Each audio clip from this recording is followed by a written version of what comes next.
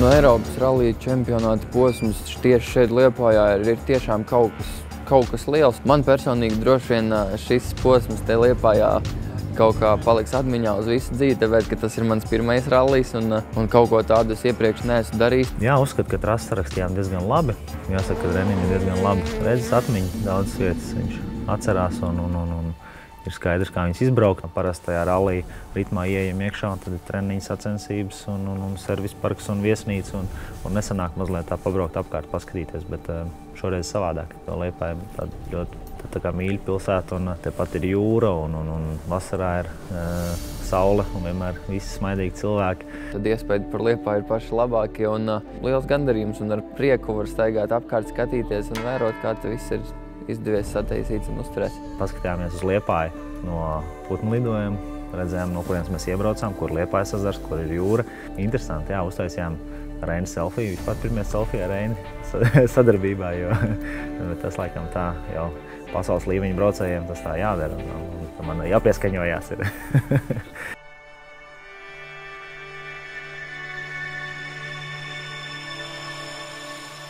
Kvalifikācijas brauciens jau ir pēc 2 stundām, tad tiešām tagad sirsniņa pukas straujāk un tas satraukums ir.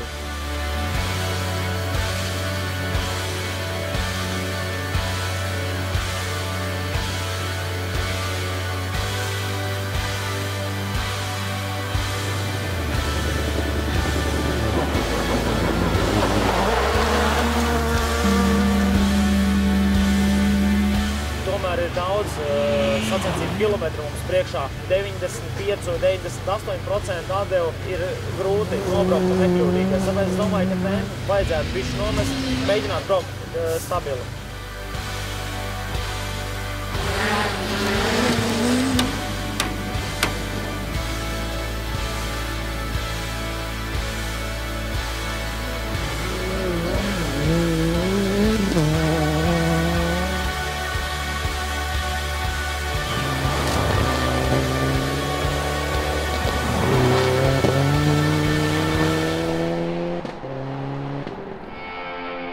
I would like also to thank you, Raymond Storks, with all his team for the fantastic job. They deliver us a very fantastic event with crazy winter conditions. And I would like to thank also all the spectators who spent more than 48 hours in the snow with very bad conditions. Thank you very much for your patience.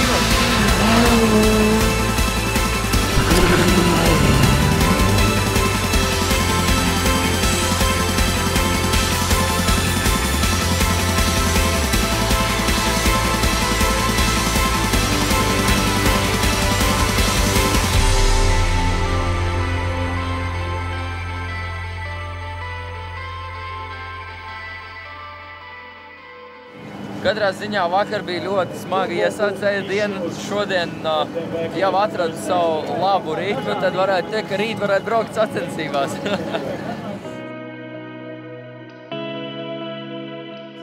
Bija ļoti interesants, ar lielisku organizāciju un viennozīmīgi jaunu pieredzi. Man kā trenerim un Reinim kā braucējiem. Te ir jākoncentrējas uz ļoti garu distanci, jābrauc, jāklausās, tad rallycrossā ir jākoncentrējas.